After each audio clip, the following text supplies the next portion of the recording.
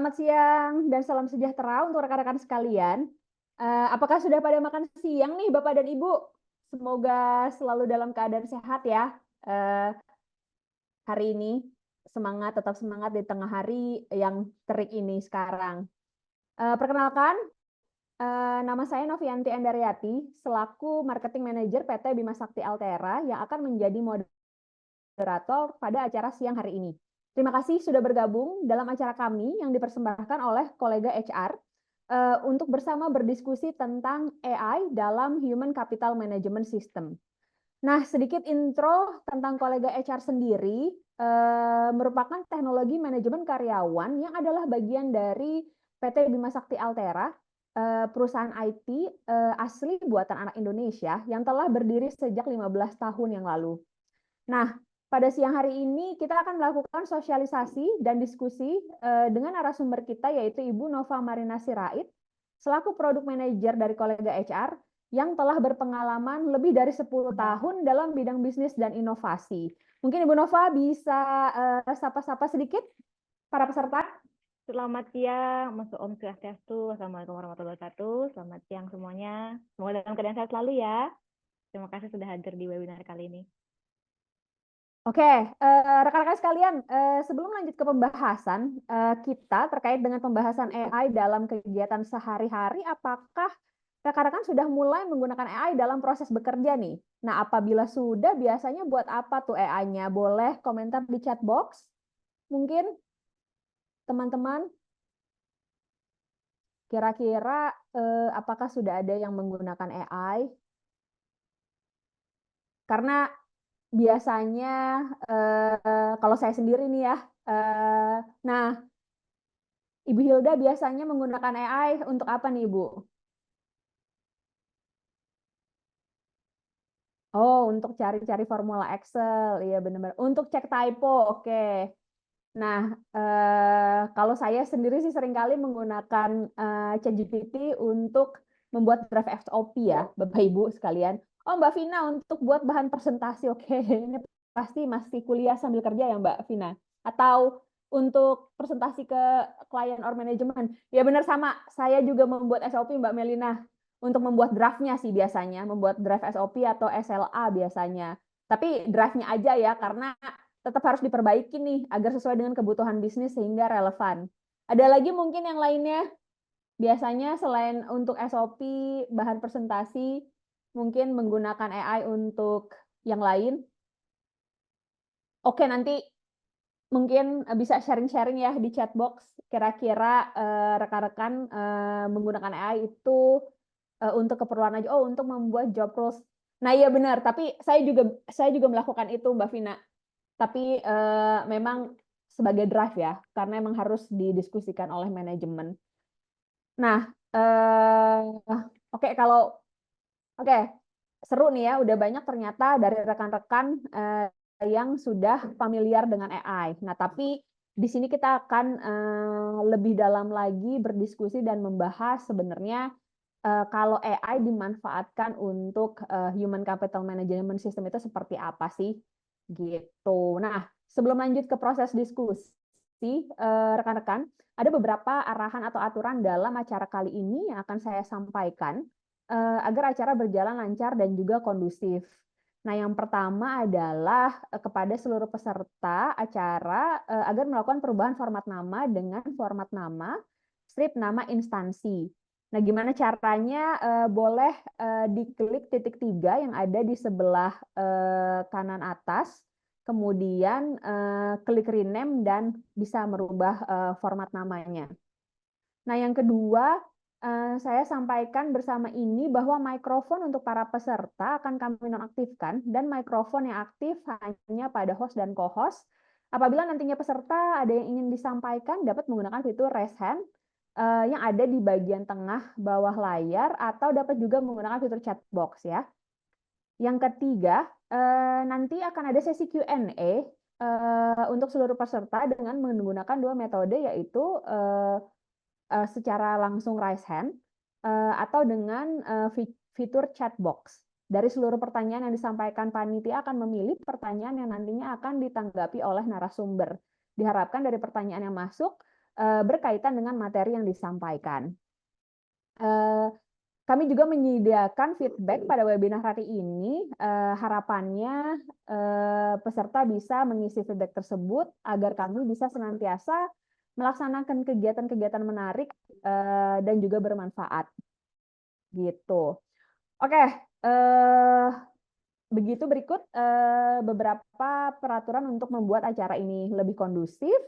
Kita langsung saja, waktu dan tempat saya persilakan untuk Ibu Nova Marina Sirait. Siap, selamat siang Bapak dan Ibu sekalian.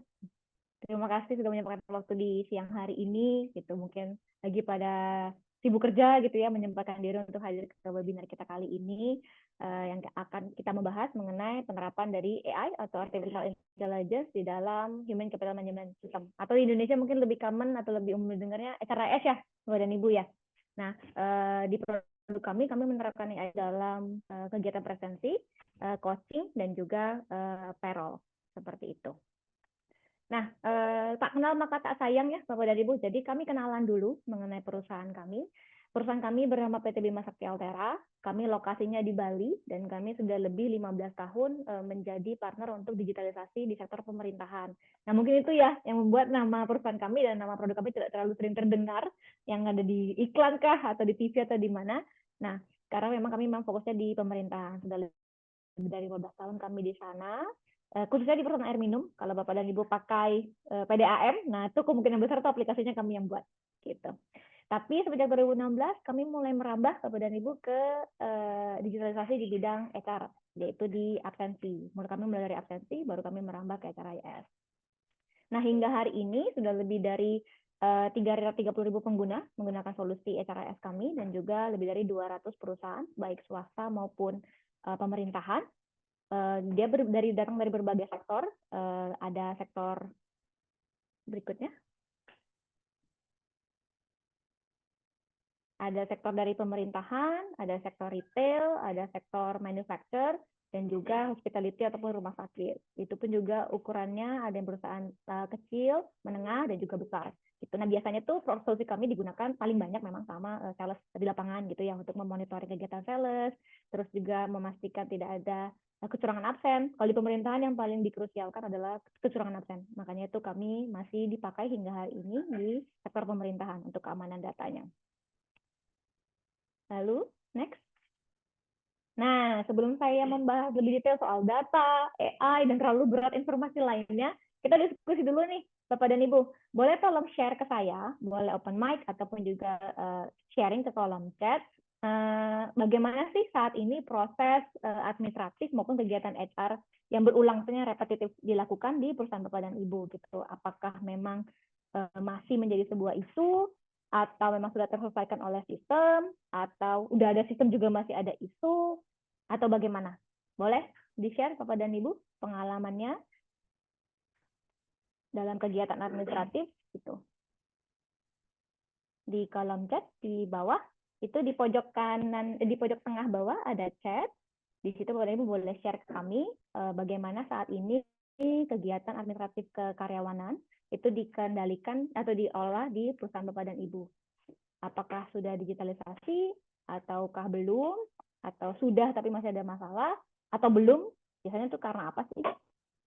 Seperti itu. Karena sebelum kita ke AI, kita harus benar dulu nih, datanya ada dulu gitu. Dan data itu kan harus ada di software dulu nih. Nah, untuk memastikan itu apakah sudah dilakukan gitu.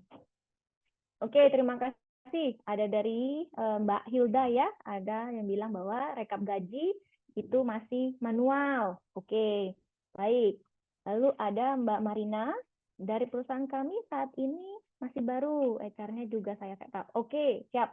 Berarti masih semuanya serba manual dulu ya, Mbak Marina ya. Karena memang perusahaan baru, wajar memang. Karena kita juga masih mencari bisnis proses yang sesuai supaya kita bisa mendigitalisasi di proses tersebut. Setuju saya Mbak Marina. Lalu ada Bapak Yudi, masih ya, yaitu approval cuti dan kaderan. Maksudnya masih apa nih Pak Yudi? Apakah masih manual atau masih sudah digital dan masih ada masalah di proses approval cuti dan kaderan, atau bagaimana nih? Lalu Pak Lukman, pengajuan cuti dan lembur masih manual, tapi absen sudah digital. Oh baik, berarti hanya parsial ya digitalisasinya.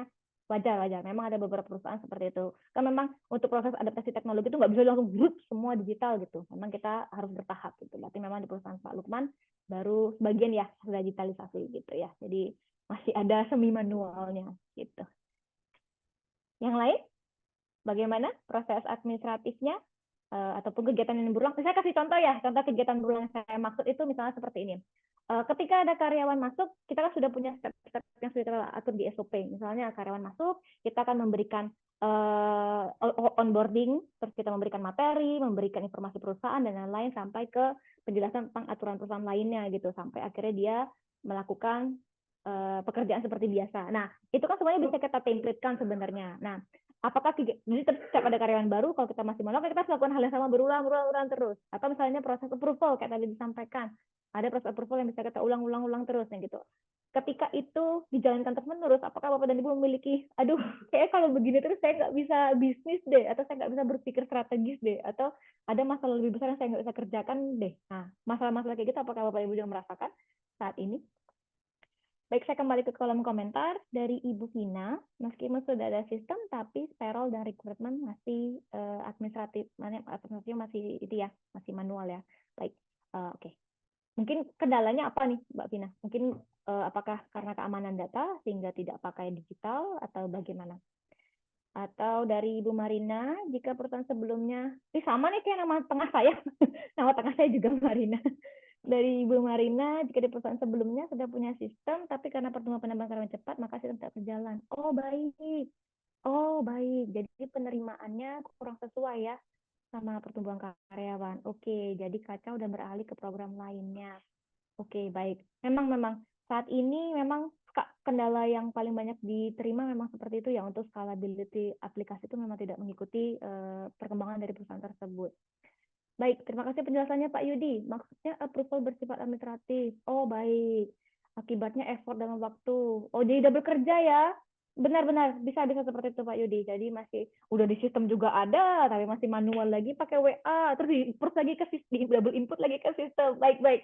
Ya. Memang ada proses seperti itu. Tapi itu ya bisa. Mungkin kadang ada dua jenis ya Pak Yudi ya. Bisa karena memang sistemnya yang belum ready atau usernya memang yang belum siap untuk proses digitalisasi sepenuhnya. Gitu. Oke, terima kasih banyak Bapak dan Ibu buat sharingnya. Sangat-sangat memberikan insight lagi ke saya gitu, bahwa memang digitalisasi itu walaupun di luarnya gitu bagus gitu, tapi ternyata implementasinya juga cukup menantang gitu ya, challenging ya Bapak dan Ibu ya. Next. Nah, izinkan saya Bapak dan Ibu, kami sebagai perusahaan teknologi untuk men-share beberapa sudut pandang dari kami mengenai kenapa penting digitalisasi dalam human capital gitu, dari sisi inovasi atau strategi yang biasa kami terapkan gitu di perusahaan kami. Nah, ini kenapa kami melihat bahwa digitalisasi di proses administratif itu baik untuk dilakukan, karena memang bukan hanya HR, departemen lain pun, seperti waktu kami menciptakan ERP untuk perusahaan air minum itu, Bapak dan Ibu, tujuan kami adalah supaya ada proses-proses dengan pola yang harusnya bisa diotomasikan, itu biar mesin aja yang ngerjain, jadi Bapak dan Ibu justru fokus kepada hal yang mesin tidak bisa kerjakan, seperti analisis, merencanakan strategi, ataupun membaca tren kan tentang budaya, itu saya yakin mesin nggak bisa. Nah, itu kenapa biarlah Bapak dan Ibu fokus ke sana, dan yang tertemplate itu dilakukan oleh mesin saja gitu. Sehingga saya tahu belakangan ini HR lagi ada HRBP ya, HR sebagai business partner. Nah, itu menurut saya itu arah yang cukup bagus supaya bisa bagaimana HR membantu memajukan bisnis bersama dengan perusahaan, karena memang soul atau jiwa dari perusahaan itu kan sebenarnya karyawan itu sendiri ya, Bapak dan Ibu. Jadi untuk HR yang memang bisa berstrategi itu juga sebuah value sih, tambahan gitu kan. Tapi ya supaya bisa value dia harus waktunya disisakan dulu kan ya. Kalau cuma penuh dengan administratif saja ini nggak sempet yang sebelah sininya gitu. Oke, next. Nah, inilah kenapa kami mau memperkenalkan produk kami bernama Kolega HR, dan bagaimana Kolega HR itu bisa membantu pekerjaan administratif HR supaya lebih ringan, sehingga Bapak dan Ibu bisa fokus ke strategi ataupun yang lainnya gitu. Nah, boleh share dulu nih bersama Bapak dan Ibu yang lain, apakah ada yang sudah memakai sistem ataupun ada yang belum memakai sistem HRIS, atau misalnya Bapak dan Ibu sudah pernah mendengar HRIS tapi belum sempat mengimplementasikannya karena mungkin memang keputusan perusahaan belum memakai, atau bagaimana? Boleh di-share? Sudah pakai sistem kah? Atau belum kah? Atau belum pernah dengar apa itu HRIS juga boleh share. Kalau sudah pernah dengar juga enggak apa-apa, biar saya benar ngejelasinnya. Gitu. HRIS itu Human Resource Integrated System. Gitu. Jadi memang sistem untuk kegiatan HR terintegrasi. Oh, sudah. Terima kasih konfirmasinya. Ini saya panggilnya Bapak atau Ibu Suzy? Baik, terima kasih Ibu Hilda. Ya, terima kasih juga konfirmasinya. Ibu Marina, sudah ya? Baik. Oh ya, Sansis, Primata, Matalenta. Siap. Lalu, Bapak Yudi sudah pakai acara S tapi jadul dan silo. Oh, jadi tidak terintegrasi ya. Oke, siap. Tidak terintegrasi oleh Pak Yudi. Memang. Oke, Ibu Made dari Bali Modal sudah. Siap. Sudah. Oke, berarti ada yang sudah pernah tapi di perusahaan saya di perusahaan baru belum, ada juga yang perusahaan baru sudah pakai tapi butuh peremajaan. Memang begitu sih biasanya, memang Pak Yudi, saya setuju karena memang tidak ada, aplikasi itu harus terus diupdate gitu, makanya dia memang perlu peremajaan berkala gitu. Nah, kan udah banyak nih, Bapak Ibu juga sudah paham bahwa banyak aplikasi HRS yang ada di Indonesia sebenarnya. Makanya saya juga nggak mau mengulangi penjelasan yang sama, sehingga saya langsung aja fokus ke intinya. Kenapa sih tetap ada kolega HR gitu? Yang pertama adalah spirit kami adalah memastikan data itu benar gitu. Jadi kami dengan percaya diri mengatakan bahwa aplikasi kami itu sangat aman dan juga anti fraud karena sistem absensi yang kami gunakan itu sudah dilengkapi dengan anti fake GPS. Jadi kalau di handphone karyawan sudah ada pemalsuan lokasi, itu otomatis tidak bisa melakukan absen. Lalu yang kedua, foto yang diinput juga semuanya sudah terdata secara sistem, sehingga kita bisa tahu foto mana yang palsu ataupun tidak benar. Foto itu juga bisa melakukan analisis. Terus yang kedua, kami melihat bahwa kegiatan administratif HR itu harusnya bisa diotomasi, seperti perhitungan gaji ataupun penerbitan slip gaji dan bukti potong pajak gitu. Saya pernah kerja di satu perusahaan yang memang HR-nya itu setiap akhir bulan sibuk Bapak dan Ibu cuma untuk terbitin slip gaji. Itu kan administratif sekali ya sebenarnya, kalau secara otomatis itu bisa dilakukan gitu. Nah, itu kenapa kami tetap hadir dengan HRIS. Lalu juga laporan, memang HR kan biasa kegiatannya pembuatan laporan ya Bapak dan Ibu. Misalnya dia gajiannya setiap awal bulan, berarti buat laporannya sebelumnya atau setelahnya, entah untuk finance, entah untuk manajemen, ataupun untuk departemen lain gitu. Nah, jadi supaya semuanya lebih terotomasi dan cepat, itulah kenapa kami membuat kolega HR. Nah, ini itu dari sisi produk Bapak dan Ibu, ini dari sisi non produk. Jadi baik lagi, karena memang perusahaan kami sudah terbiasa untuk melayani sektor pemerintahan, yang mana sebenarnya dari sisi level service itu sebenarnya lebih high demand ataupun lebih permintaan tinggi untuk kepuasan pelanggannya dibandingkan bidang usaha lain. Jadi kami membawa pelayanan prima atau service excellence tersebut mencoba membawa ke swasta juga gitu. Bagaimana kami bisa menjadi partner strategis untuk perusahaan yang memakai kolega HR gitu. Yang pertama adalah kami menjamin adanya dukungan pelanggan yang baik. Jadi setiap dukungan, setiap report yang Bapak Ibu sampaikan kepada kami terkait kendala, ketika proses implementasi pun itu semua kami dampingin full Bapak dan Ibu, karena memang kami sangat-sangat paham bahwa penerima teknologi itu di Indonesia itu masih akan sangat butuh proses. Jadi kami memang pendampingannya juga gratis, semuanya juga cepat responnya dan seperti itu. Jadi justru fokus kami di sini justru bukan untuk ayo cepat sales habis itu cuekin pelanggannya, enggak. Gitu. Justru kami di sini mau membawa semangat yang kami biasa pakai di pemerintahan untuk kami bawa juga ke swasta. Lalu berikutnya customisasi. Jadi karena memang aplikasi kami buat nol sendiri, semua karya anak bangsa. Jadi ketika Bapak dan Ibu punya permintaan untuk customisasi, mungkin juga disesuaikan dengan proses bisnis yang ada bersama Bapak dan Ibu, karena kami tahu ya, setiap perusahaan itu pasti punya flow bisnis yang berbeda-beda. Nah, kami terbuka untuk input ataupun masukan dari Bapak dan Ibu, bagaimana kami bisa sesuaikan dengan flow bisnis yang ada bersama Bapak dan Ibu. Jadi kami terbuka untuk request customisasi. Kalau Bapak dan Ibu mau lihat seberapa besar tim software engineer kami, boleh kami undang ke Bali, silakan ke kantor kami di Jalan Melati nomor 61 di Gria Bima Sakti. Nanti kami tunjukkan ruangan bagaimana software engineer kami melakukan pekerjaan mereka. Gitu. Lalu keamanan data, kami tahu bahwa data kekaryawan itu penting. Gitu. Jadi kami sudah tersertifikasi ISO 27001 untuk keamanan data, sehingga data yang Bapak Ibu punya di kami itu pasti aman dan hanya diakses oleh Bapak dan Ibu sendiri, gitu ya. Dan kalaupun nanti churn ataupun tidak berkontak dengan kami pun kami juga akan menghapus semua data Bapak dan Ibu. Jadi kami pastikan bahwa semua data dari Bapak dan Ibu itu kami pakai hanya untuk kepentingan bisnis Bapak dan Ibu saja. Seperti itu. Dan unggulan-unggulan lainnya, gitu. Lalu berikutnya. Yap. Nah, ini aplikasi kami membuatnya seringan mungkin karena kami tahu bahwa tidak semua orang punya handphone yang spek tinggi, sehingga kami membuat aplikasi yang sangat-sangat ringan. Kami hanya menyediakan web untuk HR yang bisa diakses melalui tablet ataupun laptop, dan karyawan hanya perlu mendownload satu aplikasi saja dalam handphone mereka untuk semua kegiatan kekaryawanan.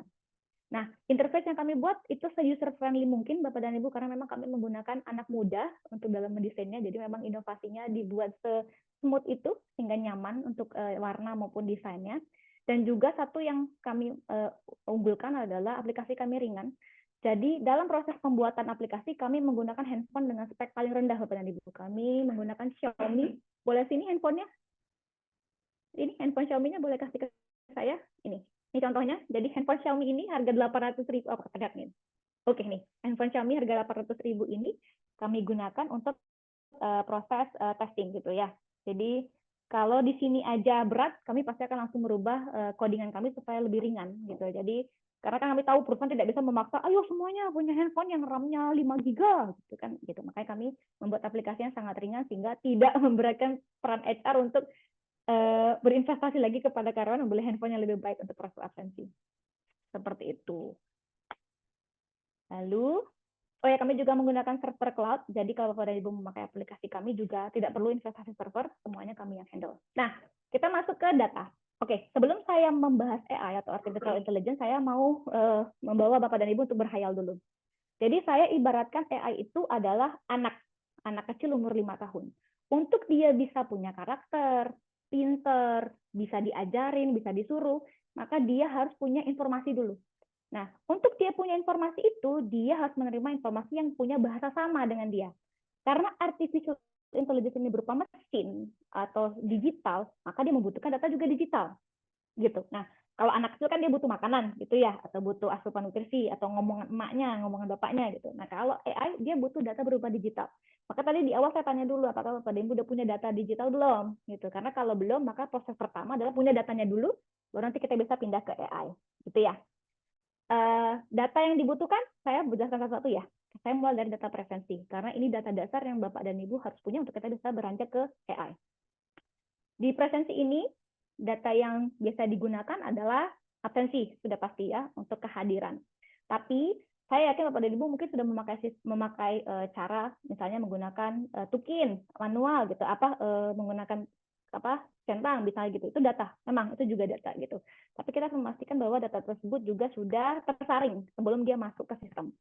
Nah, ini beberapa hal yang memang harus ada di sebuah aplikasi HRS. Yang pertama misalnya adalah georestriksi.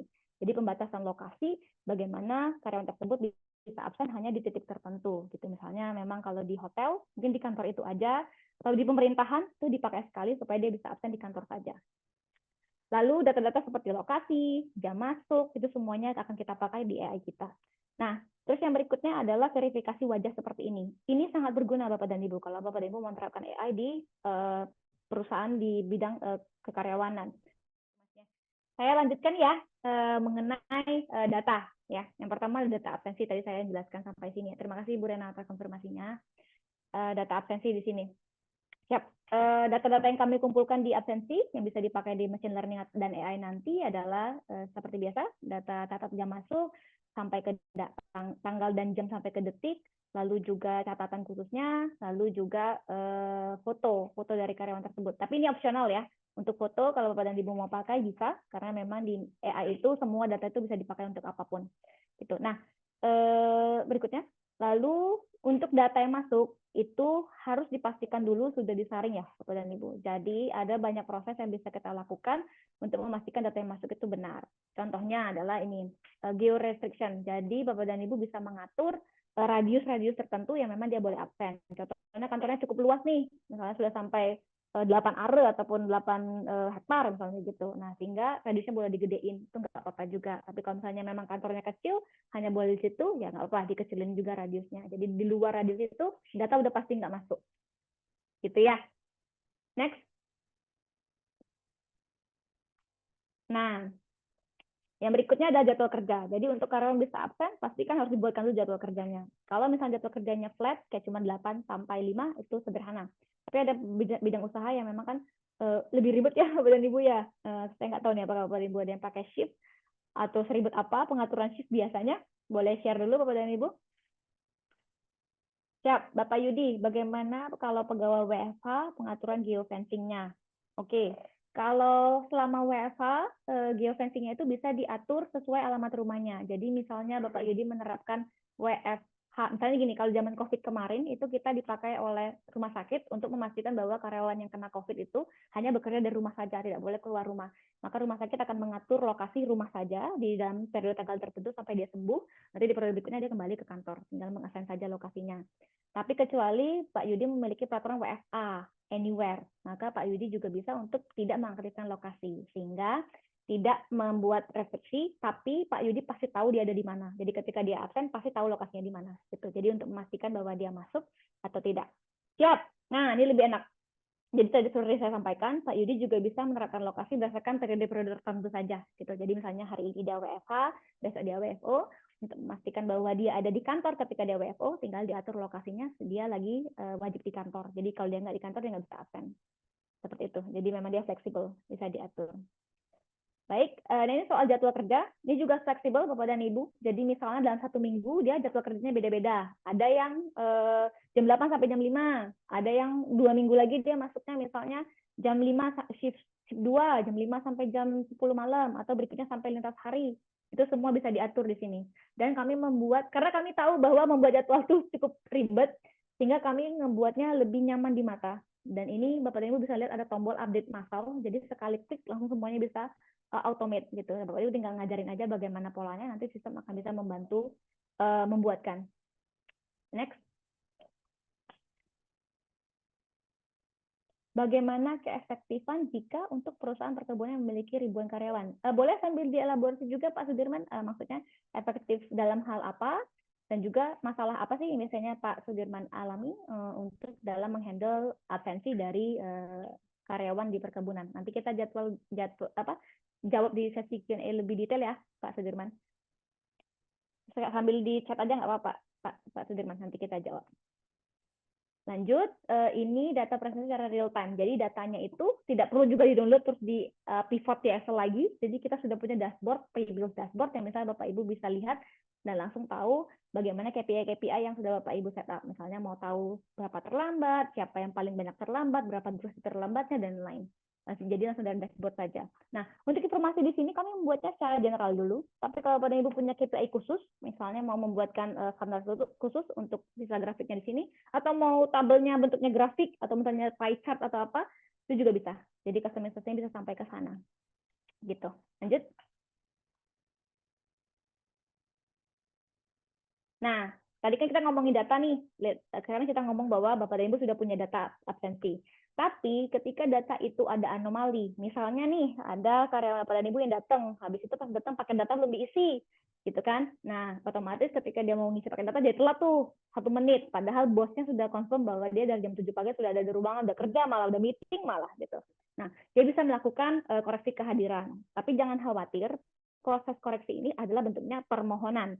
Jadi Bapak dan Ibu sebagai atasan ataupun sebagai HR harus melakukan approval terlebih dahulu sebelum data itu bisa diganti secara massal gitu. Tapi di sini yang mau kami tunjukkan adalah bagaimana proses perbaikan data itu bisa juga dilakukan secara otomatis ataupun secara sistem paperless.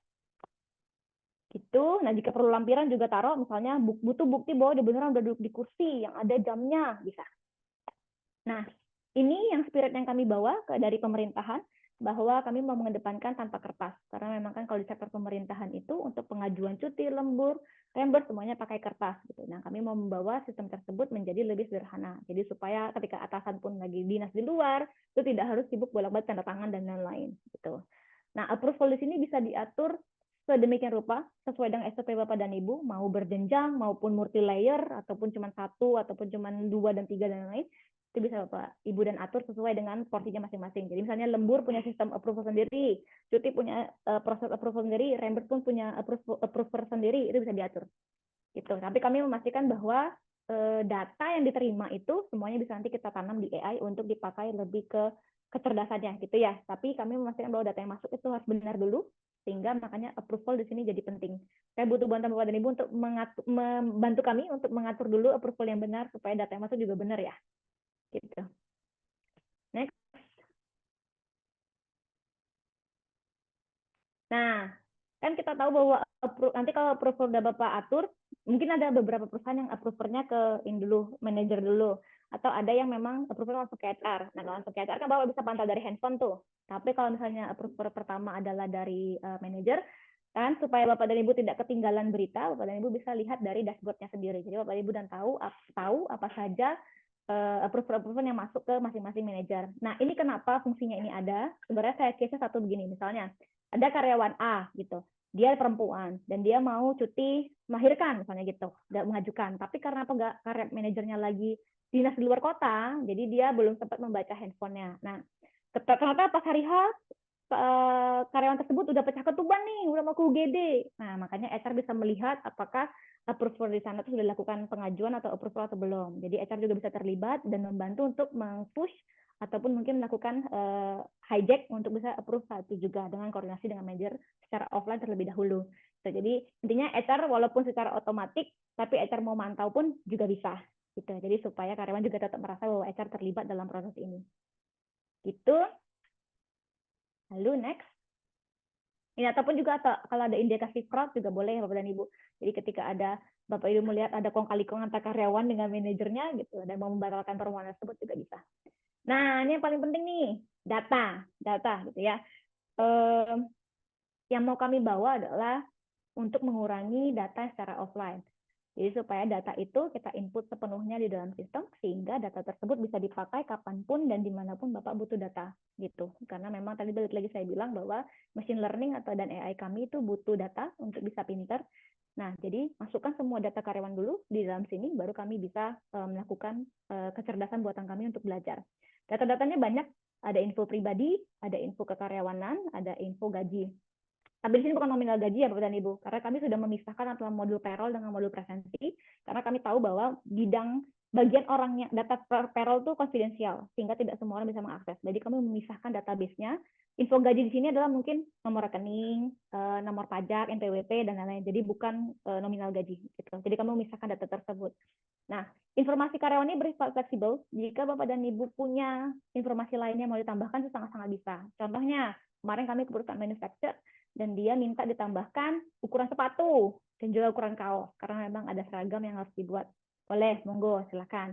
Nanti ketika kita mau membuat kaos tinggal saja, tinggal tahu berapa. Oh, L 2000, M 1000 gitu. Jadi enak ya untuk menerbitkan datanya. Next. Nah, ini soal laporan.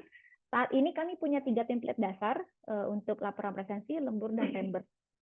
Tapi kalau misalnya Bapak dan Ibu punya template khusus ataupun punya laporan lainnya yang mau dibuat, boleh silakan monggo kasih tahu saja ke kami tinggal customize sesuai dengan SOP yang ada di perusahaan Bapak dan Ibu. Gitu. Tapi saat ini informasi dasar, tapi ini juga sudah ada analitiknya Bapak dan Ibu. Nanti boleh Bapak dan Ibu lihat dulu seperti apa, kalau masih ada yang kurang sampaikan saja kepada kami. Next. Ya, tadi saya sudah punya data presensi beserta lembur, reimbursement, dan juga cuti. Sekarang kita masuk ke data yang tidak kalah penting, yaitu adalah payroll atau penggajian. Gitu. Nah, di dalam modul payroll ini seperti biasa, kami akan menangkap data komponen gaji. Itu penting sekali buat kami, bahwa kami jadi tahu komponen gaji itu seperti apa aja. Baru yang kedua adalah nilai-nilainya seperti apa. Lalu yang ketiga adalah komponen tersebut berlaku untuk karyawan yang mana saja. Nah, jangan khawatir Bapak dan Ibu, modul payroll kami ini sudah sesuai dengan PMK 168 tahun 2023 mengenai tarif efektif rata-rata. Dan juga satu hal yang kami banggakan adalah angka kami juga sudah disesuaikan dengan peraturan yang berlaku. Jadi untuk perhitungan BPJS, untuk perhitungan semua BPJS tenaga kerjaan itu juga sudah sesuai dengan rumusnya. Seperti yang Maret kemarin kita ada perubahan batas atas untuk perhitungan BPJS juga sudah kami update secara sistem. Tapi jangan khawatir juga kalau Bapak dan Ibu punya SOP berbeda mengenai perhitungan gaji juga tidak apa-apa. Nanti kami bisa atur sesuai dengan UMK atau UMP masing-masing daerah. Lalu berikutnya, nah ini laporannya. Jadi untuk penerbitan gaji, kami menerapkan beberapa fase. karena kami tahu bahwa gaji itu sangat-sangat sensitif, sehingga proses penerbitan gaji juga kami batasi prosesnya. Jadi ketika Bapak dan Ibu mau tahu gaji, kita terbitkan dulu draftnya, nanti draftnya bisa di-download, dianalisis dulu, di-approval dulu, baru nanti kita terbitkan gaji. Karena once Bapak dan Ibu menerbitkan gaji, maka akan langsung muncul slip gaji di karyawan tersebut. Nah, itu kenapa kami menerapkan sistem bertahap. Setiap tahapnya pun kami wajibkan ada password untuk memastikan bahwa Bapak dan Ibu secara sadar memasukkan password dan melakukan penerbitan gaji. Gitu. Nah, laporan gaji ini bisa dipakai untuk apapun ya, Bapak dan Ibu. Jadi bisa untuk laporan perbankan, untuk CSI ke bank, melakukan disbursement, ataupun juga untuk laporan ke manajemen approver pembayaran gaji. Nah, untuk kalau payslip-nya tadi ya, tidak perlu hassle lagi Bapak dan Ibu, ketika klik tombol terbit, maka semua karyawan akan menerima seperti ini. Gitu. Jadi sudah ada penerimaannya, potongannya, dan manfaatnya. Kalau jauh lebih detail Bapak mau kita tambahkan komponen apapun, boleh. Ini nama komponennya customizable ya Bapak dan Ibu. Ini kami ngambil contoh perusahaan IT yang memang punya komponen seperti ini. Jadi kalau Bapak dan Ibu punya komponen sendiri juga bisa. Dan mana yang nggak mau ditunjukkan ke sistem juga nggak apa-apa. Hanya berupa akumulatif saja. Ketika unduh slip gaji itu juga langsung pakai password juga ya. Jadi kami menerapkan sistem yang aman. Nah, ini menurut kami salah satu fitur yang unggulan dari kolega HR, di mana Bapak dan Ibu bisa men-share atau membagikan bukti potong pajak lebih sederhana. Jadi yang Bapak Ibu lakukan hanya perlu terbitkan gaji, download laporan untuk Bupot, bukti potong, lalu download CSV-nya, upload ke website eBupot, lalu generate laporan di sana, lalu zip atau RAR-nya tinggal masukkan saja ke sistem, nanti otomatis langsung ter-assign ke karyawan tertentu. Nah, karyawan yang menerima PDF itu akan langsung bisa download dari handphone dia. Jadi Bapak dan Ibu tidak perlu lagi ribet untuk membuat laporan pajak. Gitu. Sesuai dengan PMK 168/2023, kami juga sudah membuat bukti potong yang bulanan, bukti potong yang final, dan bukti potong yang A1 atau akhir masa. Gitu. Semuanya sudah bisa dilakukan lewat sistem. Jadi nggak perlu sistem yang berbeda lagi, nggak perlu Bapak dan Ibu punya sistem keuangan lagi, dan lain-lain. Gitu. Siap. Nah, sekarang kan data saya sudah punya semua nih. Saya sudah punya data presensi, saya sudah punya data payroll, dan semuanya itu sudah dipastikan data itu benar. Tidak ada kecurangan, tidak ada kesalahan, dan semuanya sudah diverifikasi oleh Bapak dan Ibu sebagai user. Sekarang kita mulai masuk ke otaknya. Next, bagaimana kita melatih otak ini, gitu ya. Nah, tadi kan udah share ya sebelumnya Bapak dan Ibu untuk men-share bagaimana Bapak dan Ibu memakai AI gitu, dan bagaimana AI itu bisa membantu Bapak dan Ibu. Saya setuju bahwa memang AI itu sangat-sangat berguna dan sangat-sangat membantu di era digitalisasi seperti ini, gitu ya. Nah, untuk Bapak dan Ibu yang mungkin belum pernah pakai AI, izinkan saya untuk kenalin dulu. Jadi ada beberapa sistem di dunia ini yang mungkin Bapak dan Ibu secara tanpa sadar memakai yang sudah menerapkan AI. Contohnya Netflix atau Spotify yang untuk nonton TV ataupun dengar musik di mobil gitu. Mereka sudah menggunakan AI untuk merekomendasikan film ataupun musik yang sesuai dengan preferensi Bapak dan Ibu. Secara tanpa sadar ya, Bapak dan Ibu misalnya milih ada band, terus memilih Dewa 19, maka besokannya Bapak Ibu udah membuka Spotify lagi, yang muncul lagu ada band, Spotify sama lagu Dewa 19. Seperti itu. Gitu. Jadi dia memang sudah menerapkan AI secara tanpa kesadaran Bapak dan Ibu gitu. Atau misalnya mobil self-driving, itu mobil listrik zaman sekarang, kayak Tesla, itu sudah menggunakan AI. Jadi bagaimana Bapak dan Ibu bisa lepas tir, tapi mereka sudah bisa mempelajari traffic ataupun juga lalu lintas di depan mereka. Tapi mungkin kalau di Jakarta agak susah kayaknya ya, Bapak dan Ibu pakai AI. Karena tiba-tiba motor nyalip, tiba-tiba di simpangan belok kemana gitu. Tapi nggak apa-apa. AI pintar kok kalau diajarin bisa. Gitu. Lalu berikutnya chatbot. Nah, ini yang sudah dilakukan tadi ya oleh beberapa Bapak dan Ibu juga sudah melakukan bagaimana kita berkomunikasi dengan AI untuk bisa menjawab pertanyaan ataupun berinteraksi dengan kita. Nah, analisis data ini juga, jadi beberapa sistem juga menggunakannya untuk pre-build report. Jadi supaya membuat report lebih gampang, tinggal suntik data, semuanya langsung ada laporannya. Gitu. Kalau AI di HCMS atau di HRIS itu bisa diterapkan dengan banyak hal. Manfaatnya yang pertama adalah bisa meningkatkan efisiensi, produktivitas gitu. Jadi bagaimana data-data tadi yang sudah kita collect itu bisa dibuat lebih. Jadi Bapak Ibu nggak perlu ngetik satu-satu untuk mencari anomali, tidak perlu memeriksa satu-satu untuk nyari mana yang curang, mana yang enggak, itu semua bisa dilakukan oleh AI. Jadi AI dengan otaknya machine learning, maka dia akan bisa membaca pola-pola tertentu. Misalnya, kita sudah tahu bahwa foto dengan resolusi tidak terlalu tinggi, dengan warna yang kabur, itu ada resiko fraud, atau dia menggunakan handphone, difoto di handphone untuk taruh ke layar. Nah, itu machine learning sudah bisa mendeteksi tersebut. Jadi, yang tugas yang Bapak Ibu lakukan bukan mengecekin foto satu ribuan pegawai, hanya perlu lihat flaggingnya aja, mana yang merah dan mencurigakan. Nanti kalau Bapak dan Ibu setujuin, maka itu akan dianggap sebagai tidak fraud. Kalau Bapak Ibu tolak, berarti dia akan dianggap sebagai fraud dan absennya akan dibatalkan. Seperti itu.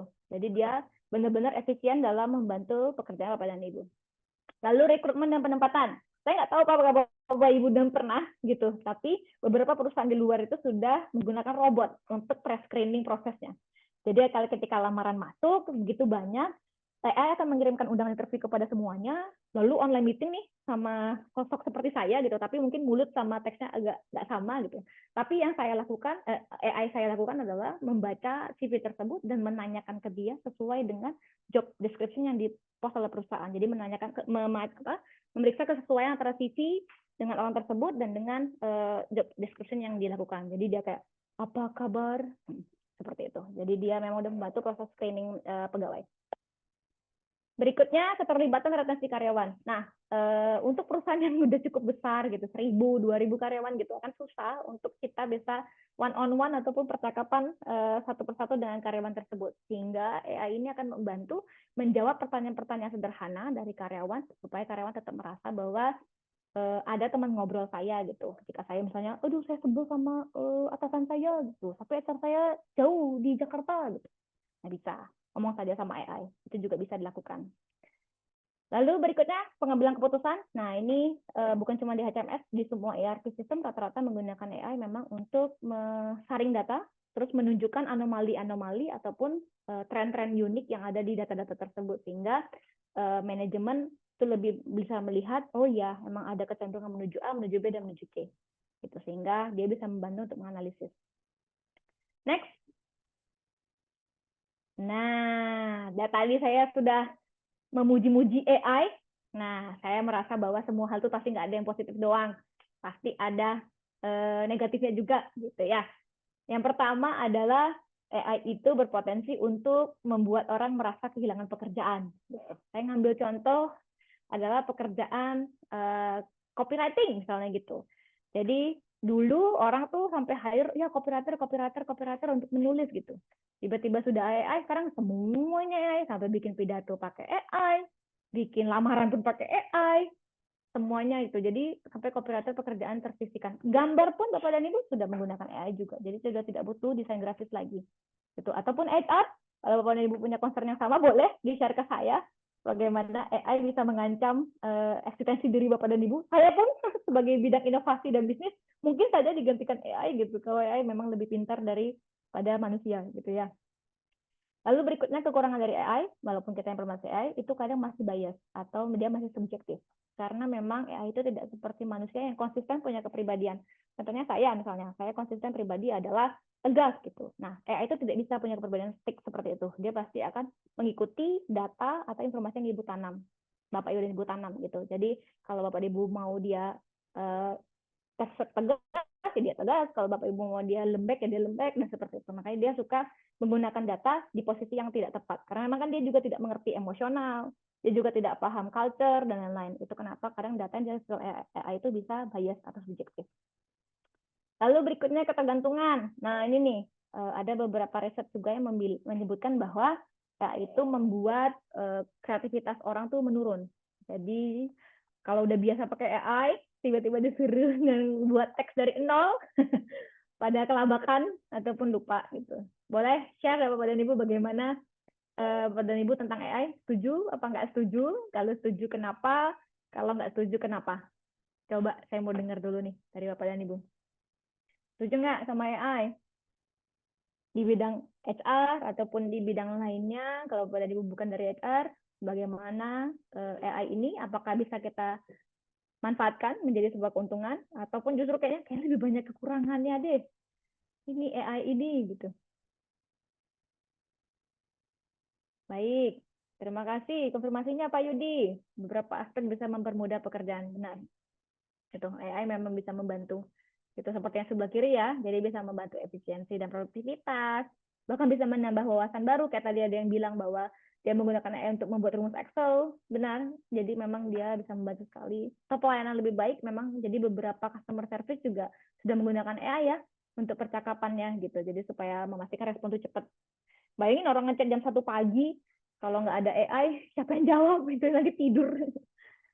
Ibu Tina, setuju sama AI membantu memberikan pemandangan cerita dan nulisnya baru. Setuju. Setuju, saya juga setuju. Karena memang kan AI punya pribadinya, jadi dia bisa netral gitu loh. Nggak kayak kita, misal saya misalnya gitu, saya lagi dapet gitu, terus saya emosional gitu kan. Jadi AI bisa membantu saya untuk memberikan perspektif lain. Setuju saya sama Mbak Tina. Mbak Hilda, setuju bisa mempermudah pekerjaan. Baik, kalau memang kita memang pinter kayaknya menggunakannya, dia akan sangat-sangat berguna sih buat kita. Oke, next. Nah, bagaimana kami mengimplementasikan AI di kolega HR? Jadi data sudah kita punya, sekarang kita masuk ke sesi bagaimana memanfaatkan data tersebut di kolega HR. Kami mengkolaborasikan produk kami dengan Avatara. Jadi Avatara itu salah satu produk dari head office kami. Itu adalah AI yang saat ini sudah diimplementasikan untuk komunikasi virtual dengan influencer atau komunitas terkenal. Tapi bukan hanya tentang komunikasi, kan memang ChatGPT itu cuma untuk komunikasi ya. Ibu Pak Ibu ngechat apa, dia akan balas apa dan seterusnya. Tapi AI yang sini kami bangun itu bukan hanya cuma tentang chat, tapi sudah sampai ke data analitik. Nah, beberapa fiturnya itu yang pertama adalah Bapak dan Ibu bisa, bukan Bapak dan Ibu, karyawan Bapak dan Ibu bisa bertanya mengenai peraturan perusahaan ataupun pengetahuan terkait penggunaan aplikasi. Karena kita tahu bahwa manusia itu mungkin suka lupa atau tidak fokus ketika sosialisasi dan lain-lain. Nah, jadi AI ini membantu untuk menjawab pertanyaan berulang kepada karyawan yang memang butuh informasi yang sama, gitu. Lalu untuk aplikasi juga bisa kita suruh AI untuk melakukan pemerintahan. Misalnya Bapak dan Ibu lagi karyawan Bapak dan Ibu lagi sakit terbaring di rumah sakit dan dia harus mengajukan cuti. Jadi dia bisa tinggal bikin komen atau perintah di AI untuk tolong buatkan saya cuti dari tanggal segini sampai tanggal segini. Untuk langsung AI bisa melakukan pembuatan. Kalau Bapak dan Ibu approve, maka dia akan langsung melakukan pengajuan di kolega HR. Seperti itu. Lalu ada pre-insight atau pre-build dashboard yang tadi saya bilang bahwa AI juga bisa mengolah data yang ada untuk bisa memberikan report secepat itu. Jadi Bapak dan Ibu tidak perlu di Excel lagi, di pivot lagi, nggak perlu. Jadi langsung bisa membaca semua data untuk bisa lebih cepat. Gitu. Tapi mungkin kalau yang poin nomor 3 tuh hanya HR ya, ataupun stakeholder yang punya fiturnya. Tapi kalau 1 dan 2 itu mungkin bisa dipakai oleh karyawan. Next. Lalu, nah ini yang khusus ya. Jadi AI itu juga bisa dimanfaatkan untuk coaching dan mentoring. Jadi kami dengan bangga bilang bahwa Avatara kami atau AI kami itu sudah bisa dilakukan untuk percakapan berupa coaching dan mentoring. Kalau coaching itu mungkin lebih bahasa sederhananya adalah bisa dibilang one on one, tapi bisa juga dibilang antara percakapan antara HR dengan karyawan gitu.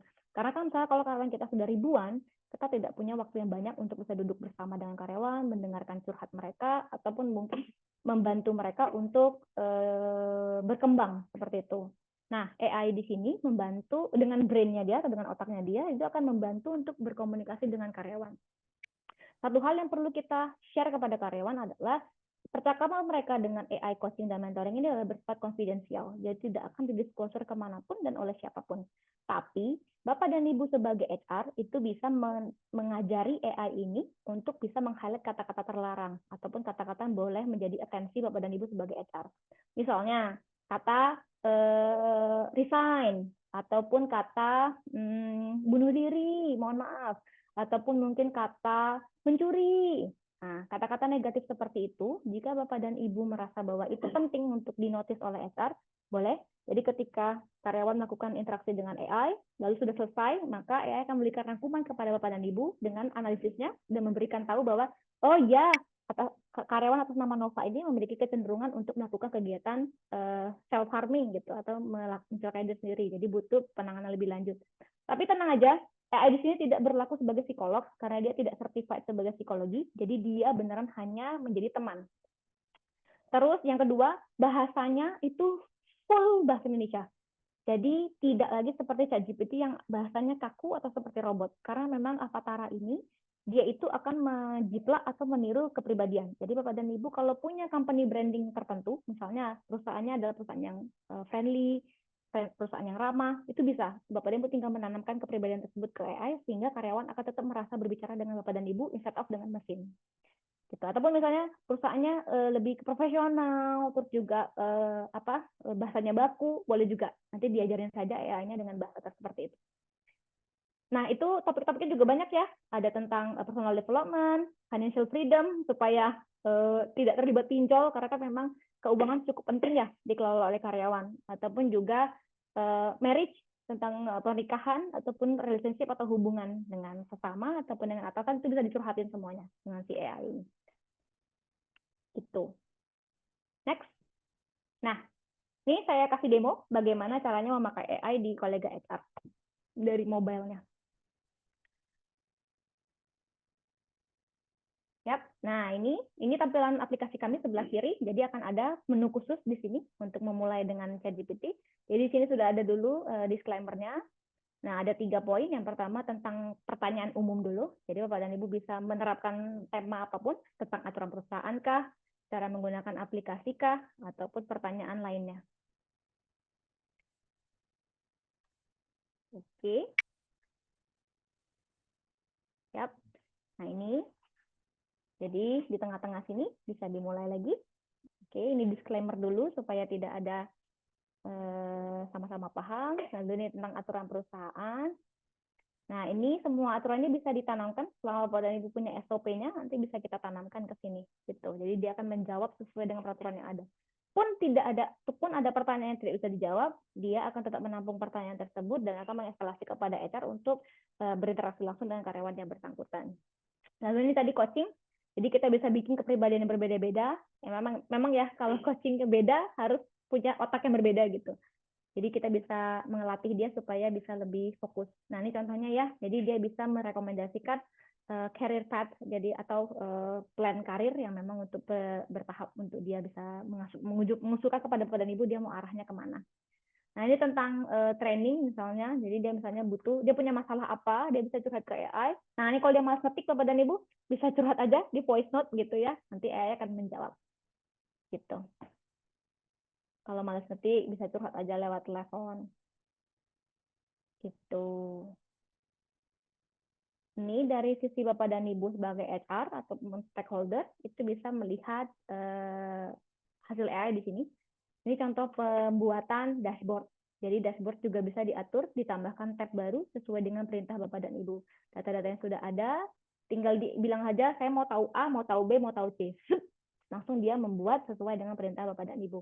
Kalaupun ada perintah yang belum sesuai, balas lagi pesannya, nanti dia akan merevisi dari pesan Bapak dan Ibu. Misalnya, ada satu kepegawaian, saya nggak mau satu kepegawaian, saya mau tahunya siapa yang mau kontraknya berakhir, biasanya perpanjang, ganti perintahnya, dia akan otomatis mengganti.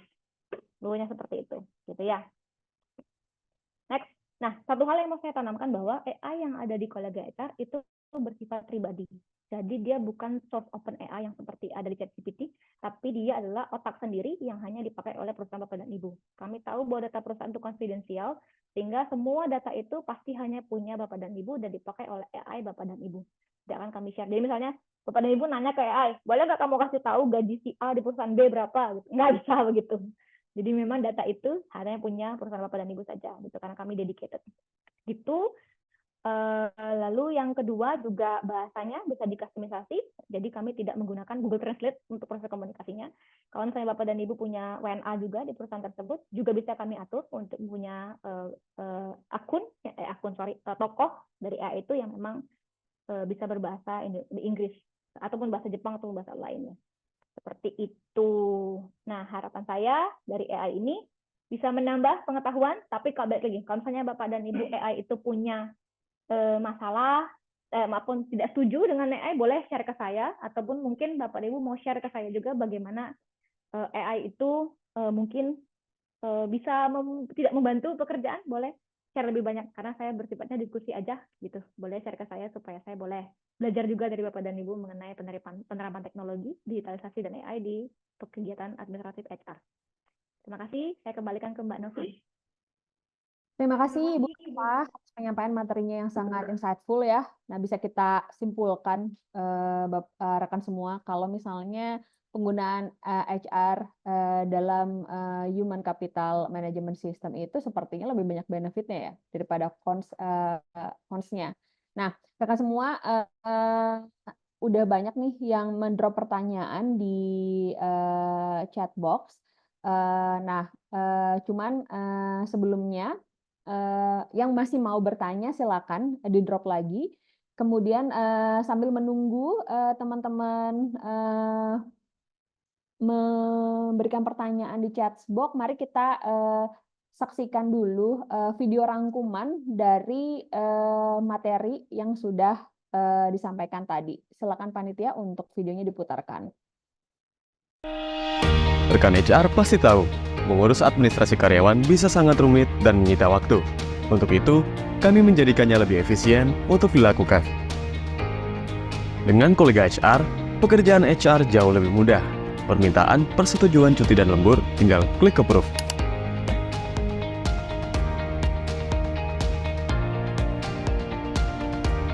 Termasuk absensi yang bisa dilakukan secara mandiri melalui mobile phone. Semua pengelolaan dan tunjangan karyawan ada dalam satu aplikasi. Kolega HR punya banyak fitur yang menunjang segala kebutuhan, seperti activity recording, performa, lembur, dan juga geo-restriction yang lokasinya bisa ditentukan sesuai dengan kebutuhan, jaminan anti manipulasi kehadiran. Seluruh informasi terintegrasi langsung dalam satu sistem berbasis cloud. Proses penyajian dan pelaporan menjadi lebih praktis. Dengan kolega HR, waktu produktif bisa digunakan untuk merencanakan strategi jangka panjang perusahaan sambil menikmati secangkir kopi panas.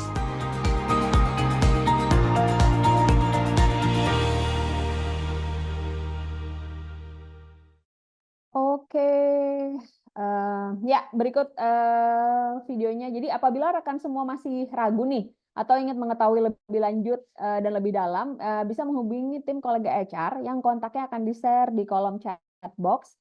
Bisa di-save dulu atau mungkin feel free aja langsung di chat. Nah sekarang kita masuk ke sesi Q&A ya. Saya persilakan nih apabila ada rekan-rekan yang ingin bertanya secara langsung dengan raise hand. Ada yang mau raise hand atau mungkin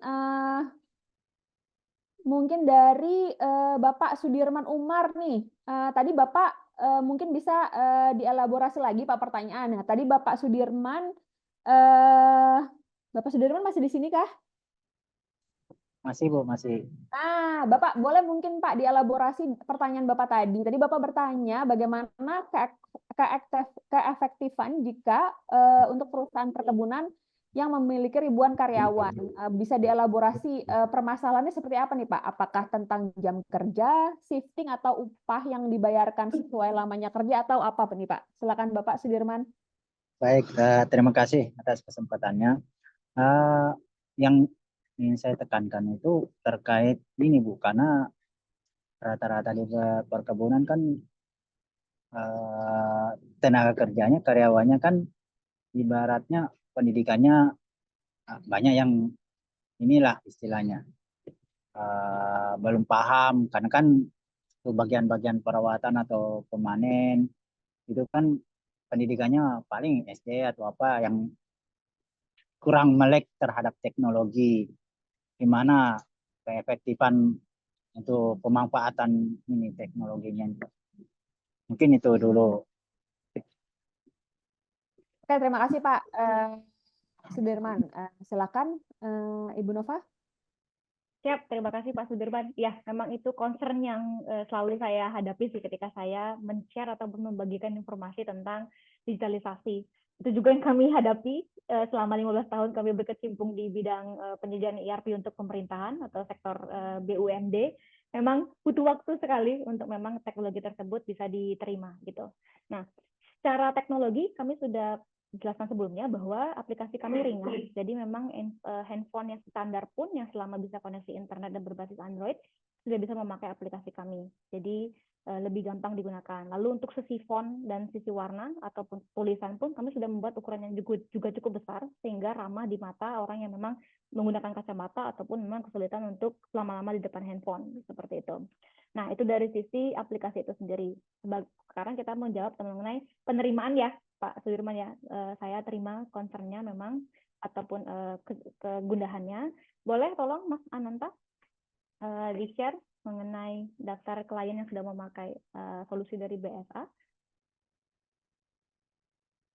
Baik, jadi kami dari tahun 2016 sampai sekarang pun kami sudah melayani berbagai bisnis juga yang memang karyawannya itu memiliki range usia bermacam-macam. Mulai dari, tadi ada yang bilang pakai gen-gen ya. Saya kebetulan nggak terlalu tahu mengenai istilah gen, tapi saya bilang usianya mulai dari usia yang fresh graduate ataupun baru lulusan baru, ataupun yang memang sudah senior, ataupun memang sudah mendekati usia pensiun dan lain-lain. Nah, jadi ketika implementasi, kami pasti punya challenge, punya tantangan ketika implementasinya, tapi yang kami jamin adalah ketika implementasi kami akan melakukan pendampingan sepenuhnya, Pak Sudirman. Yang biasa kami strategikan adalah ketika implementasi kami akan membagi perusahaan tersebut ke grup-grup tertentu, Pak Sudirman. Jadi kami akan membagi ke grup terkecil maksimum 20 orang untuk memastikan bahwa penerimaan pengguna aplikasi itu sudah diterima oleh karyawan tersebut. Semakin besar perusahaannya, maka kami akan melakukan introduksi ataupun kegiatan lebih ke personal gitu. Jadi harapannya makin besar perusahaannya kami boleh berinteraksi langsung dengan karyawan untuk memacu mereka menggunakan aplikasi. Terus yang kedua yang pernah kami lakukan itu di perusahaan besar juga adalah pakai games nih Pak Sudirman. Jadi kami menggunakan games dengan hadiah kulkas ataupun hadiah televisi dan lain-lain. Nah, itu semuanya kami provide untuk memastikan bahwa karyawan Bapak itu punya kemauan untuk menggunakan aplikasi. Jadi bukannya merasa bahwa menggunakan aplikasi jadi berat ataupun jadi malas gitu, tapi jadi termotivasi untuk bersaing dengan teman-teman lainnya untuk mendapatkan hadiah tertentu. Jadi yang kami lakukan membangun kebiasaannya dulu untuk melakukan aplikasi digital gitu. Nah, ini ya. Jadi yang kiri ini, yang paling kiri ini Bapak dan Ibu, di layar Bapak dan Ibu, itu yang paling sulit yang bisa kami lakukan, tapi berhasil kami lakukan dan memang mereka sudah menjadi pelanggan kami di lebih dari 8 tahun. Kami melakukan inovasi di bidang kekaryawanan ini gitu.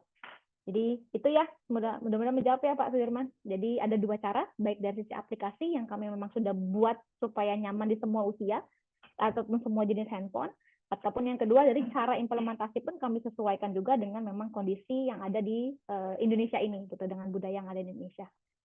Seperti itu. Bagaimana Pak Sudirman? Apakah ada tambahan pertanyaan? Sudah cukup? Ya cukup Bu, makasih. Oke, nah sepertinya pertanyaan Bapak Sudirman ini masih relevan ya, seperti yang ditanyakan oleh Ibu Rahma dari CV Abata. Ibu Rahma juga bertanya jika terdapat karyawan yang tidak paham teknologi seperti apa. Nah, sepertinya penjelasannya sudah diberikan tadi sama Ibu Nova. Ibu Rahma masih bergabung dengan kita? Apakah ada tambahan pertanyaan, Bu Rahma? Atau mau mengelaborasi dari pertanyaan Bu Rahma? Halo, Bu Rahma? Halo? Oh, sudah cukup. Oke, terima kasih Ibu Rahma. Nah, pertanyaan selanjutnya itu datang dari Bapak Yudi dari PT Arta Jasa Pembayaran Elektronis. Nah, di sini Bapak Yudi bertanya apakah absensi kolega HR bisa berubah dengan mode offline juga kah? Silakan Bu Nova. Ya, boleh juga di-share Pak Yudi untuk concern-nya, maksudnya kendala yang dihadapi, kenapa membutuhkan fitur offline kepada Bapak Yudi, biar saya boleh paham juga kebutuhannya. Ya, baik Bu Nova, makasih Ya. atas waktunya.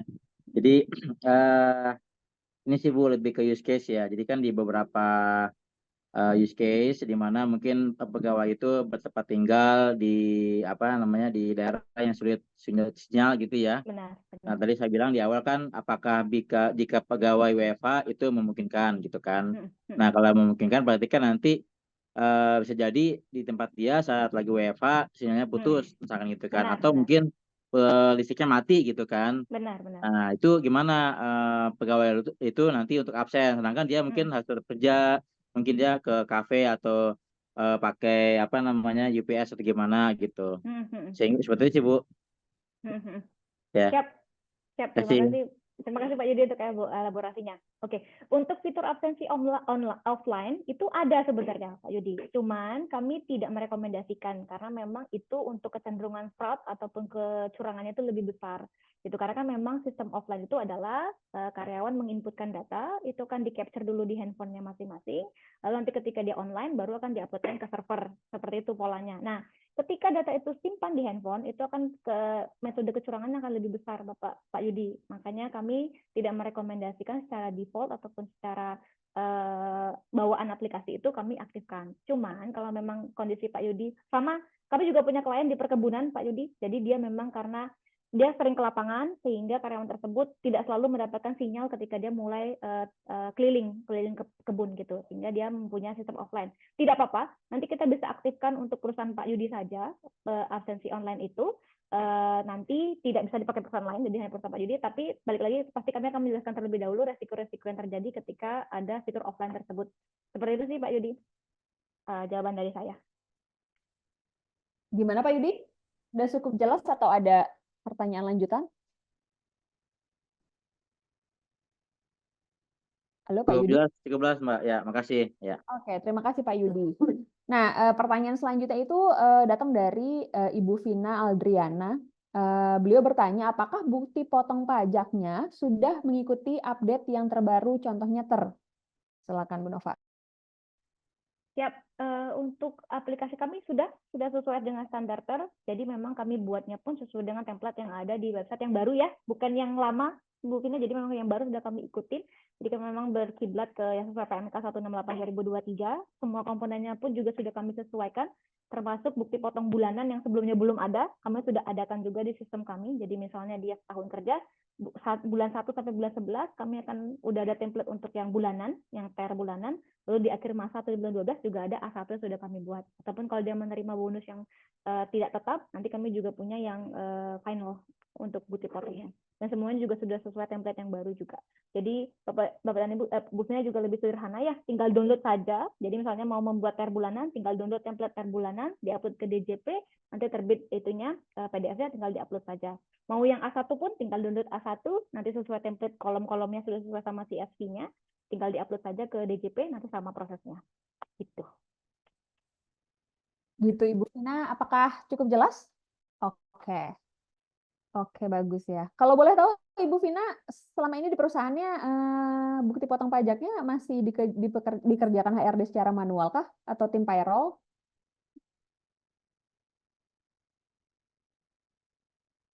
Iya, Bu Vina? Atau sudah terintegrasi juga oleh payroll? Oke, oke. Siap.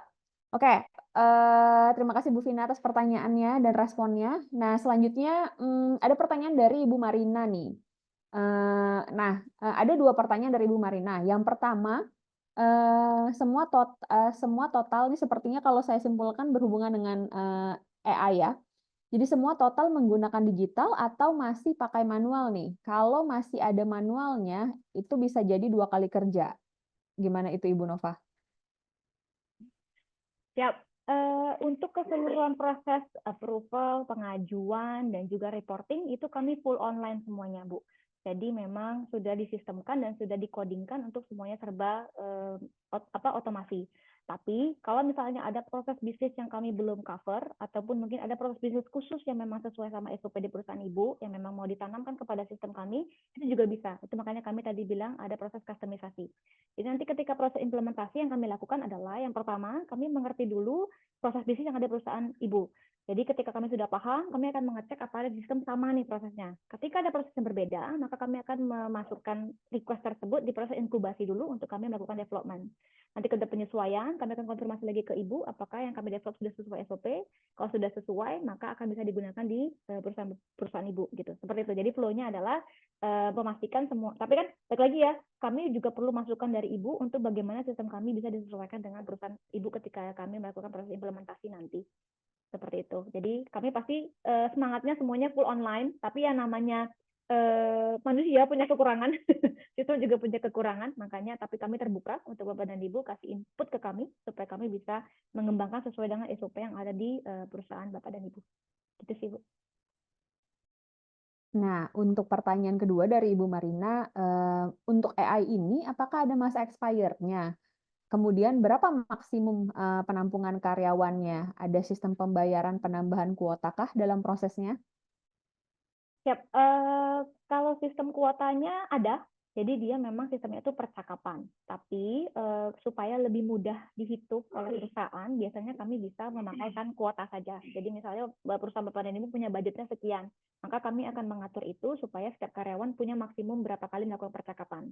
Kalau misalnya Bapak dan Ibu merasa bahwa ada karyawan tertentu yang memang butuh kuota lebih, karena memang dia mungkin butuh atensi khusus, atau memang dia bidang yang paling banyak resikonya, nanti kita bisa alokasikan kuota tersebut ke karyawan tersebut yang lebih banyak gitu. Jadi dia sistemnya mainnya kuota kayak pulsa gitu loh Pak Dembu. Jadi kita top up, nanti ketika melakukan percakapan akan berkurang otomatis seperti itu.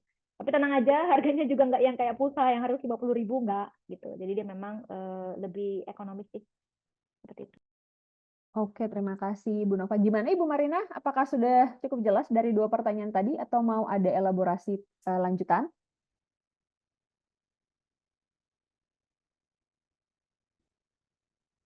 Apakah sudah cukup jelas. Terima kasih Ibu Marina.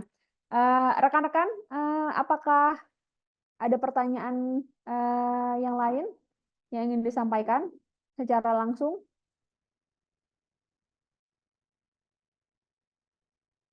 Oke, ini ada pertanyaan tambahan dari Ibu Vina Aldriana. Apakah ada case di mana karyawan mengajukan evidence dengan menggunakan lampiran percakapan dengan AI untuk meminta hak kepada perusahaan? Misalnya, karyawan menanyakan mengenai program pengembangan karir dan sebagainya. Menarik nih, Bu Fina. Kalau bisa dielaborasi sih lebih baik lagi gitu ya. Jadi saya coba menerjemahkan ya. Jadi berarti gini, misalnya AI memberikan rekomendasi tertentu kepada karyawan dan karyawan merasa bahwa itu haknya dia gitu kan. Jadi misalnya ada misinformasi nih yang didapatkan AI, sehingga karyawan men-screenshot ya percakapan dengan AI lalu demand ya atau minta ke perusahaan, loh AI bilang boleh begini loh, berarti saya minta begitu, gitu nggak? Benar ya Bu Divina ya? Nah, oke, setuju. Baik. Nah, keterbukaan itu pasti ada, Bu Vina. Sama seperti misalnya kita satu perusahaan tuh punya banyak karyawan dan ketika karyawan A bertanya pada karyawan B, bisa ada salah informasi, nanti bisa marah-marah ke HR bilang, oh si A bilang kayak gini loh, gitu. Sama sepertinya dengan ada di manusia gitu. Jadi kesalahan itu resikonya pasti ada. Cuman karena dia mesin dan informasi yang dia punya itu kita batasi, jadi dia tidak bisa memakai informasi di luar dari yang kita ajarin ke dia, itu resiko kesalahannya itu akan sangat minim. Nah, saran saya, berarti Ibu Vina ketika menerapkan AI harus juga membuatkan SOP mengenai penggunaan AI tersebut, sehingga AI juga paham batasan-batasan yang dia boleh lakukan dan dia tidak boleh lakukan gitu. Jadi misalnya Ibu Vina mengajari dia bahwa kamu tidak boleh memberikan rekomendasi di luar dari benefit yang seharusnya disediakan oleh perusahaan ini gitu. Misalnya A, B, C, D, E. Kamu juga tidak boleh membandingkan dengan data perusahaan lain. Nah, AI akan mempelajari hal tersebut. Jadi ketika ada pertanyaan yang mengarah ke sana, dia akan tidak menyampaikan apapun sehingga tidak menjadi sakit kepala di HR-nya gitu untuk kok berbeda sih AI-nya gitu. Nah, itu bedanya AI dengan manusia. Kalau manusia kan tidak bisa dihalangi untuk gosip ya. Wina. Tapi kalau AI itu bisa kita halangi untuk gosip gitu melalui SOP yang jelas. Nah, itu kenapa ketika fase implementasi AI nanti pun kami akan sangat berhati-hati untuk menanyakan apa yang boleh dan tidak boleh. Pasti kami juga akan melakukan trial terlebih dahulu untuk mengimplementasikan secara masif. Itu pasti akan banyak resikonya nih, ada resiko A, B, C, D. Maka kami akan mungkin rekomendasi untuk implementasi dalam skala kecil dulu dan kita akan men-tackle atau menyelesaikan masalah-masalahnya. Kalau masalah-masalahnya sudah beres, baru kita akan implementasikan secara massal dan kita tanggulangi bersama atau menambahkan SOP-SOP baru ketika itu menjadi masalah. Gitu. Mudah-mudahan menjawab ya, Bu Vina. Iya, gimana Ibu Vina? Cukup menjawab? Oke, ada lanjutan. Kembali, secara legal apakah jawaban dari AI bisa dijadikan bukti bila karyawan tersebut mengajukan sampai ke manajemen atau bahkan ke pengadilan sehingga dari sisi perusahaan disalahkan? Yap, itu concern yang sangat-sangat wajar ya, Bu Vina. Saya mengerti sekali gitu. Memang AI ini bisa jadi pedang bermata dua gitu, karena dia kan mewakili HR sebenarnya, mewakili perusahaan gitu. Jadi bisa juga menjadi screenshot terus ditaruh ke siapa namanya, kerja di pengadilan yang memang bisa menyerang menyerang perusahaan. Memang itu kekurangan dari AI gitu memang. Jadi baik lagi yang seperti saya sampaikan, untuk yang kita tanamkan ke AI itu harus kita batasi betul-betul. Jadi hal-hal, baik lagi, ini bukan open AI, jadi dia tidak akan membeberkan informasi yang kita tidak ajari dia untuk melakukan pengetahuan di luar situ. Gitu. Jadi dia hanya akan menyampaikan informasi yang sesuai dengan yang kita diktekan ke dia. Kalau OpenAI kan bisa nanya apapun ya, Ibu Vina dan rekan-rekan HR lainnya gitu. Jadi kita tanya apa juga bisa jawab apa, karena dia open source. Jadi semua informasi bisa masuk. Nah, tapi kalau AI Avatara ini, karena memang hanya dedikasi untuk perusahaan Bapak dan Ibu saja, jadi informasi yang dia terima juga hanya sebatas Bapak dan Ibu saja. Dia tidak akan mengkorelasikannya dengan peraturan perundang-undangan yang ada, dia tidak akan mengkorelasikannya dengan informasi apapun di perusahaan lain dan lain-lain. Kalau Bapak dan Ibu menyuntikkan peraturan apa, jadi dia akan mengikuti peraturan itu saja. Dia tidak akan kemana-mana topiknya. Sehingga kami pastikan bahwa informasi yang dia sajikan juga tidak flying, tidak kemana-mana gitu, yang itu saja. Dan makanya tadi saya menyarankan kita implementasi dalam skala kecil terlebih dahulu, kita melihat apa saja negatif case-nya, sehingga itu bisa kita buatkan SOP lebih banyak, jadi AI-nya lebih pintar nih untuk cara menjawabnya, supaya tidak malah menyerang balik perusahaannya. Nah, benar Ibu Vina. Jadi bisa kita batasi peraturannya. Makanya ini bukan OpenAI yang gratis yang biasa kita buka di chat.gpt.ai. Enggak, ini memang otak sendiri punya perusahaan yang memang bisa didikte oleh perusahaan untuk bisa begitu jawab pertanyaan sesuai dengan yang kita izinkan saja. Gitu. Jadi misalnya ada yang kita akan men-setting, misalnya ada kata terlarang seperti bandingkan dong dengan perusahaan lain, apakah benefitnya lebih bagus. Nah, itu kalimat itu kita highlight untuk AI tidak boleh menjawab pertanyaan tersebut. Jadi ketika pertanyaan itu muncul, respon AI adalah silakan komunikasi dengan HR mengenai hal ini, seperti itu. Itu bisa kita batasi, namanya manusia kayak otak aja bisa kita ajarin gitu ya. Tapi yang pasti pastikan dulu SOP di perusahaan sudah lengkap supaya kita bisa ngajarin AI-nya juga lebih komprehensif. Seperti itu, Bu Vina. Oke, terima kasih Bu Vina atas pertanyaannya. Masih ada pertanyaan lanjutan mungkin dari rekan-rekan di sini? Oh, ini komentar dari Bapak Fuzi B. Sepertinya cocok untuk yang usia karyawan relatif muda dan melek digital Gen Z dan milenial. Apakah ada contoh sukses pemakaian di Gen X dan Y? Mungkin tadi sudah dijelaskan oleh Bu Nova, tapi silakan Bu Nova lanjut, boleh dibantu. Siap, saya minta maaf, ini Bapak Fuzi ya? Atau Ibu Fuzi? Bapak ya? Ya, siap. Saya minta maaf dulu ke Pak Fuzi kalau misalnya memang saya menggunakan istilah yang terlalu anak muda gitu. Iya, kelihatan banget saya umurnya ya. Gitu. Tapi maksud tujuan saya adalah ini sebenarnya teknologi, ini sebenarnya kayak topi nih, saya punya topi nih, Pak. Jadi ini sebenarnya bisa melindungi panas segala usia. Jadi segala usia itu bisa pakai ini untuk melindungi dia. Cuman kan kadang modelnya, oh terlalu anak muda, oh terlalu tua gitu. Untuk anak muda ada sebaliknya gitu.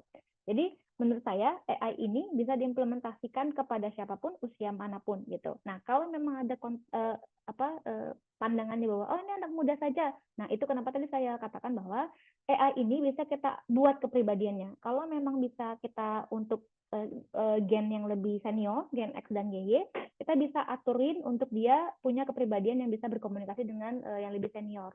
Baik dari kosakata, cara percakapan, bahasa yang digunakan, ataupun konteks dari cerita yang digambarkan. Karena kan masalah hidup Gen Z kan beda ya dengan masalah hidup Gen X dan Y.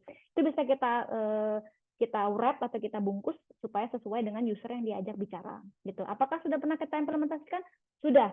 Jadi memang kalau Bapak dan Ibu lihat di Instagramnya Avatara, itu kami punya contoh profil yang beragam banget. Dari muda, dari yang tua, bahkan tokoh fiktif pun, sampai orang manusia beneran, itu semua bisa kita bangun karakternya. Jadi dia kayak anak kecil gitu dah.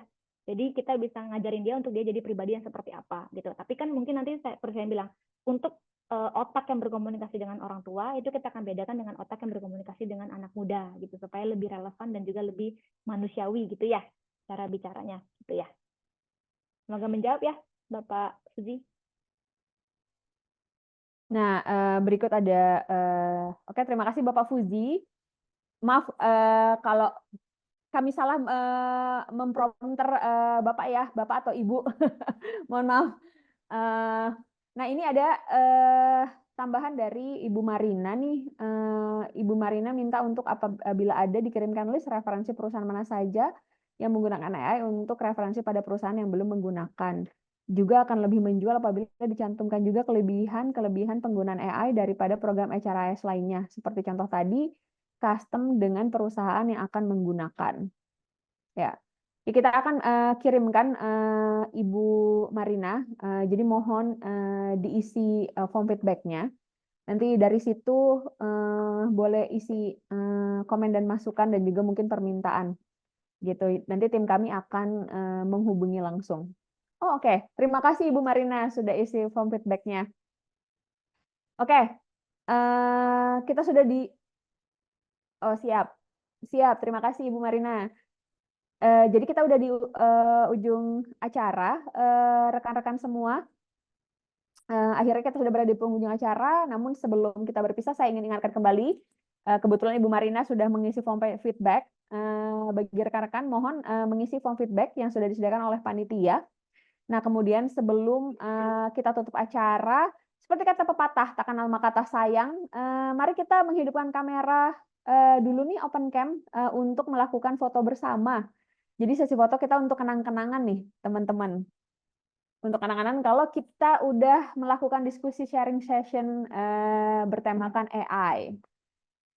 Boleh, Ibu Melina mungkin? Nah, semuanya satu persatu kita boleh open cam. Mungkin Bapak Sudirman ya, oke siap. Saya tunggu ini. Oh mantap sekali, semua sudah open cam. Panitia, Ibu Melina, mungkin Ibu Ferninda, Ibu Rena, Bapak Basuki, oke. Oke, sudah hampir semua kita open cam. Ya mantap sekali. Bapak Armi mungkin, Pak Basuki. Oke, silakan panitia minta tolong ya untuk di screen capture nanti supaya kita bisa share ini sesi diskusi kita. Semuanya, Bapak Yudi boleh open cam-nya Pak? Mungkin? Oh, mungkin Bapak Yudi apakah sedang di jalan? Oke, siap ya teman-teman dengan ekspresi ceria. 1, 2, 3. Sekali lagi kita angkat jempolnya. 1, 2, 3. Mantap. Oke, terima kasih semuanya atas partisipasinya rekan-rekan. Akhirnya sudah berpartisipasi dan berdiskusi yang cukup seru pada acara hari ini.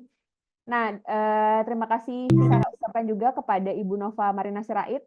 Saya mewakili seluruh panitia yang bertugas mengucapkan terima kasih dan mohon maaf apabila ada yang kurang berkenan, baik disengaja maupun tidak disengaja. Akhir kata, saya dan seluruh panitia yang bertugas undur diri dan sampai jumpa pada webinar selanjutnya. Terima kasih semuanya, terima kasih banyak. Terima kasih.